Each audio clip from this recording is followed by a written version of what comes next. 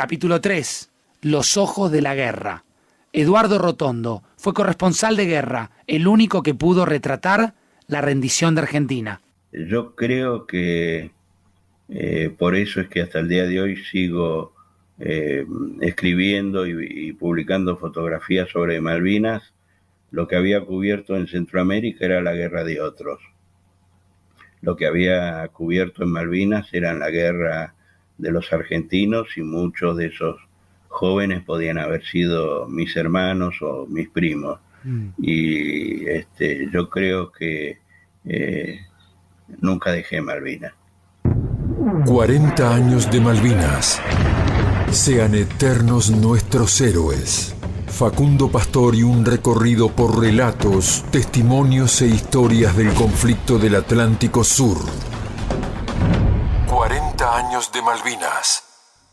Bueno, yo hacía 4 años que era corresponsal de guerra en Centroamérica y cubría Nicaragua, Guatemala, El Salvador. Y para estar en ese país, la exigencia de los gobiernos de esos países exigían que el periodista que estuviera cubriendo eso sea corresponsal de guerra. ¿Por qué? Porque al ser corresponsal de guerra, el país se deslinda de la responsabilidad de lo que le pueda pasar al periodista. Claro. Así que a fines de marzo me llaman de la agencia que vuelva a Buenos Aires, y cuando el 2 de abril ocurre la recuperación, me dicen, bueno, ya sabes, tenés que ir a cubrir Malvinas. Así que bueno, la primera vez fui con el equipo VHS profesional que usaba en Centroamérica, pero después de esos 3 días que vos contás, cuando vuelvo a traer el material para que la agencia pudiera empezar a mostrarle a sus contactos para poder vender el material, la agencia de noticias internacional, el canal ABC News, le interesó el material. Y bueno, me mandaron a Malvinas, pero esta vez sin VHS, en U-matic, que para mí era un formato nuevo, en sistema NTSC, que era también el sistema norteamericano y no el argentino. Acá recién comenzábamos con el PAL-B. Así que en el segundo viaje yo iba arriba del avión leyendo el manual de instrucciones, claro. Para ver... No sabías usar las cámaras. O sea, en principio las cámaras tienen el mismo uso, lo que pasa que los botones están en distintos lados, y en este caso, a diferencia del VHS, la mochila pesaba 20 kilos. Claro. La otra diferencia era que los cassettes U-matic solamente duraban 25 minutos, a diferencia del VHS. Así que bueno, viajé a Malvinas el 7 de abril, y después, la última vez, ya me quedé en Malvinas hasta el 1 de mayo, que es el primer ataque británico. Entonces el general Menéndez decide que los medios de prensa que están en la isla son los únicos que se van a quedar. Eduardo, ¿qué viste en la guerra? En la guerra lo que vi fue que después me decepcioné cuando vine a Buenos Aires. Yo vi verdaderos héroes. Eran soldados con 18 años que no demostraban miedo, que por el contrario, yo creo que esto tuvo mucho que ver la educación.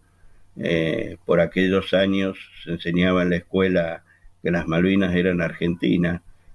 Hasta una revista para chicos, la Villiquen, para cierta fecha mostraba siempre la tapa igual, que era todo el continente y una bandera argentina que lo unía con las islas. A ver, cuando escribo algo me dicen, sí, bueno, pero estaban muertos de frío, tenían hambre, tenían miedo. Muertos de frío y que tenían hambre puede ser, que tenían miedo para nada, porque el 14 de junio, cuando se decreta un cese del fuego para tratar la rendición, los soldados querían seguir combatiendo. Tu boleto de ingreso a la guerra fue proponerte como,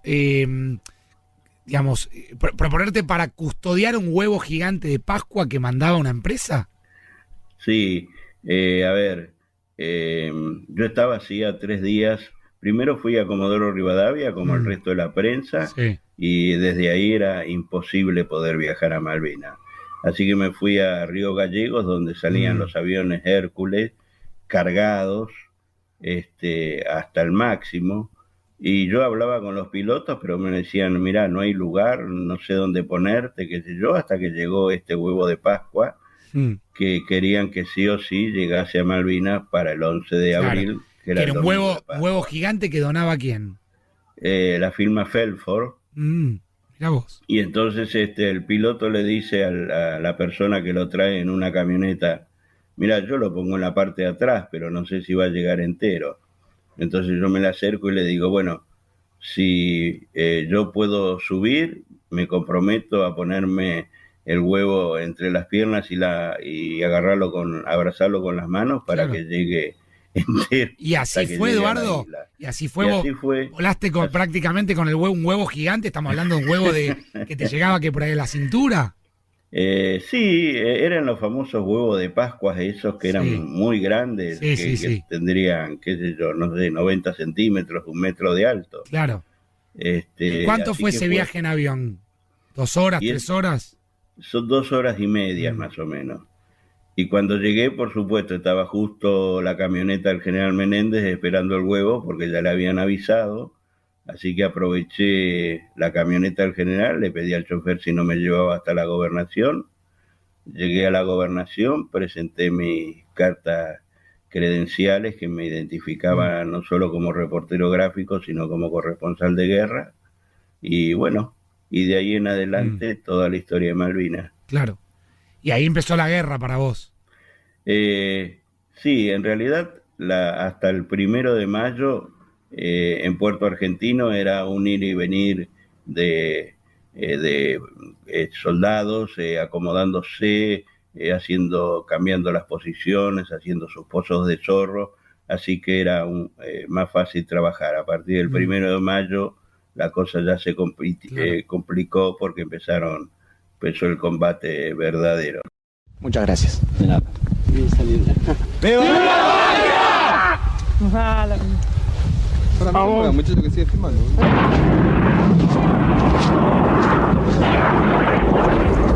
¿Qué pasa? ¡Tirando! Bueno, tranquilos. Vamos.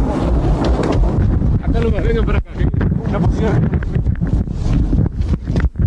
Dale.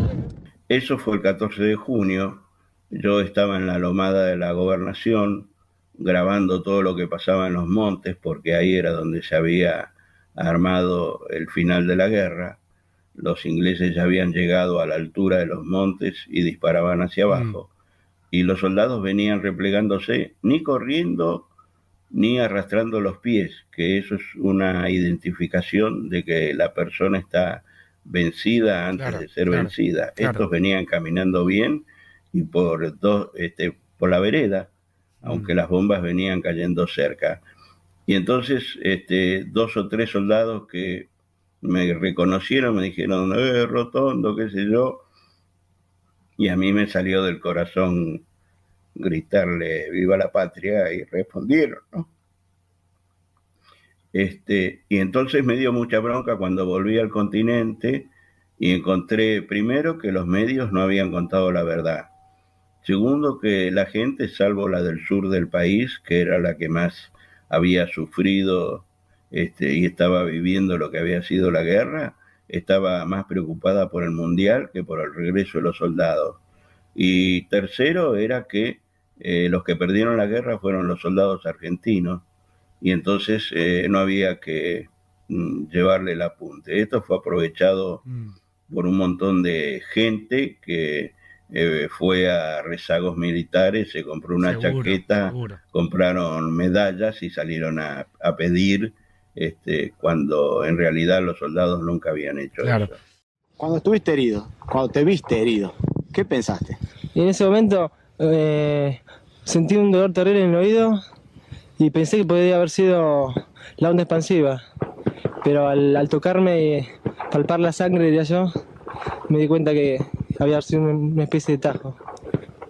Me di cuenta que no había perdido el conocimiento, pero Era consciente de que había sido herido, sí.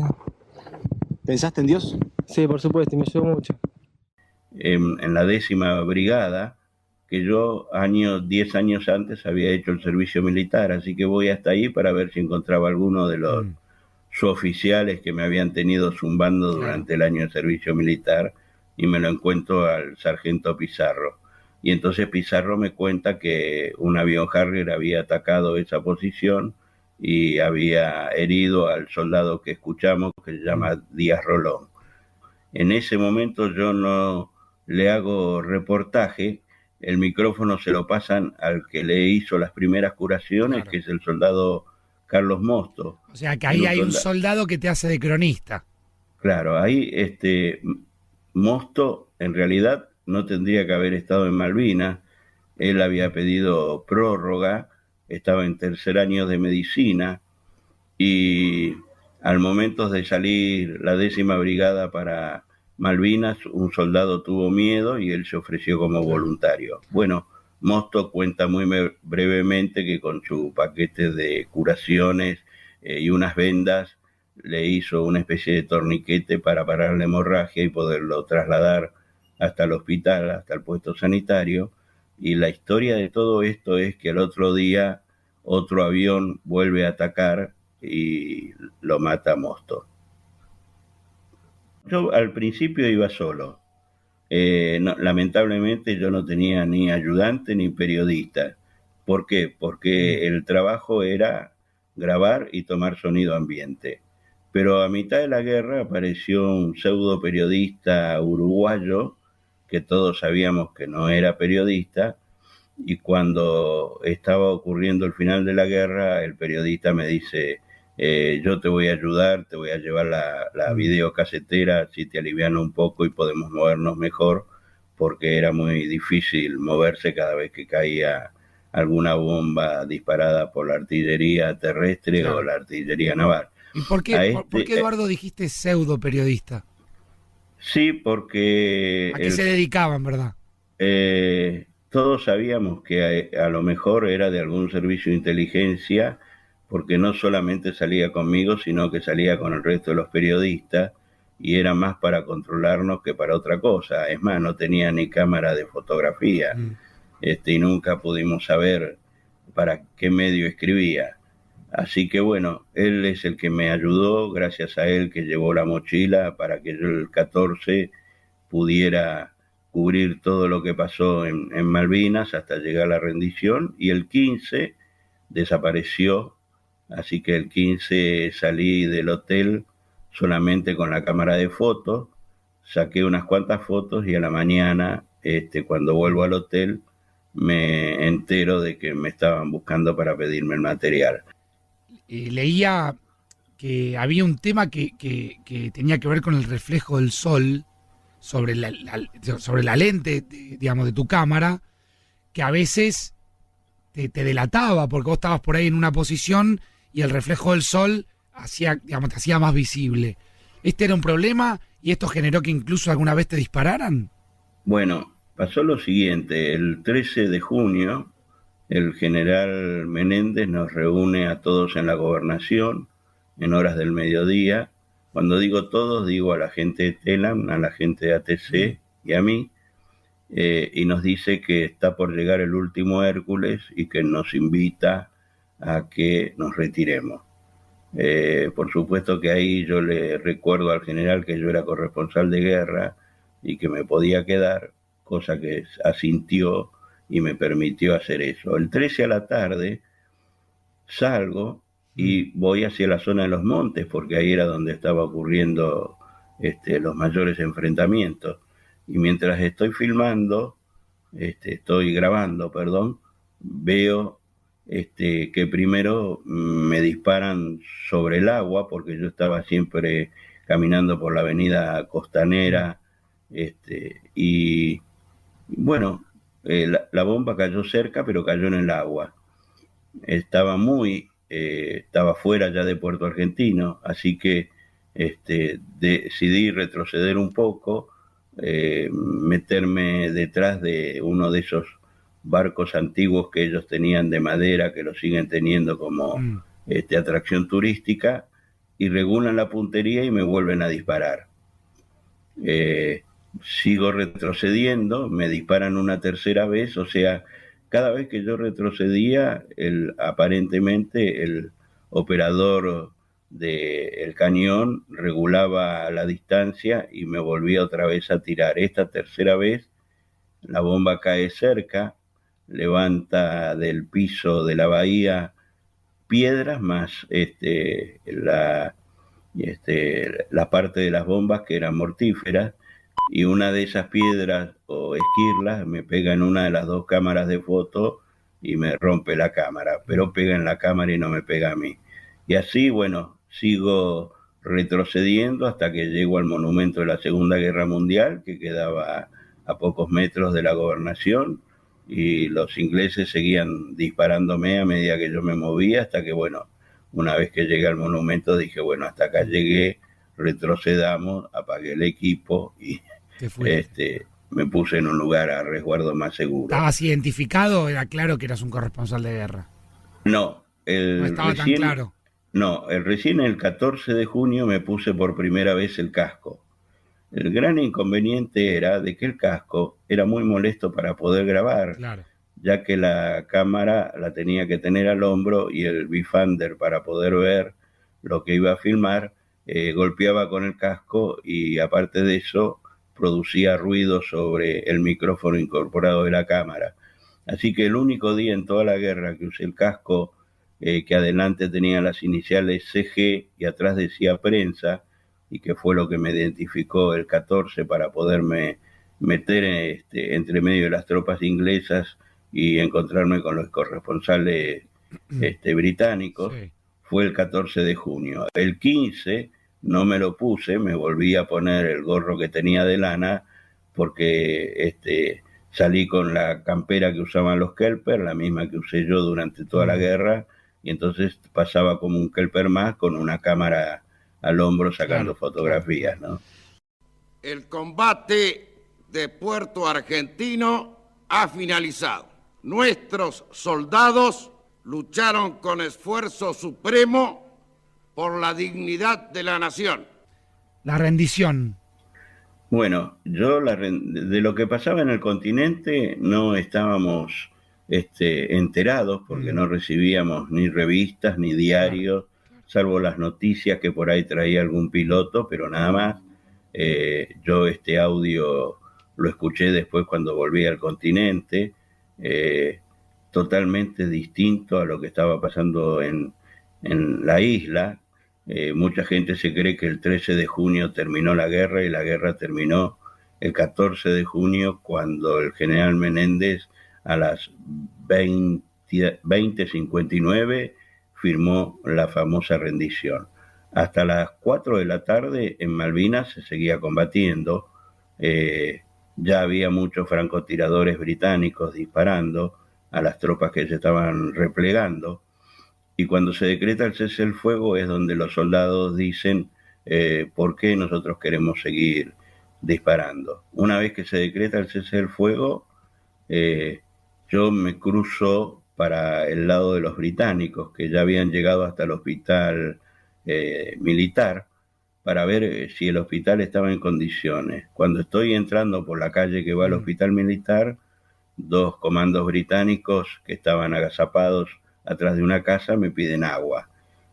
Ahí me doy cuenta por primera vez de que no la estaban pasando tan bien como todo el mundo creía. Bueno, llego al hospital, estaban todos los médicos afuera, igual que yo, por primera vez con el casco puesto, pintado de blanco, con la Cruz Roja, así que vuelvo. Cuando vuelvo, me encuentro que viene caminando con un bastón, lo que yo identifiqué como un periodista, porque traía una cámara y traía una chaqueta igual que la mía. Entonces me presento, se presenta, me dice: yo soy Matt Hastings, corresponsal de guerra. Nos sacamos una foto cada uno del otro, y prometemos publicar la foto cuando uno llegase a publicar algo. O sea, fue tu encuentro con un par británico que había estado en la guerra igual que vos.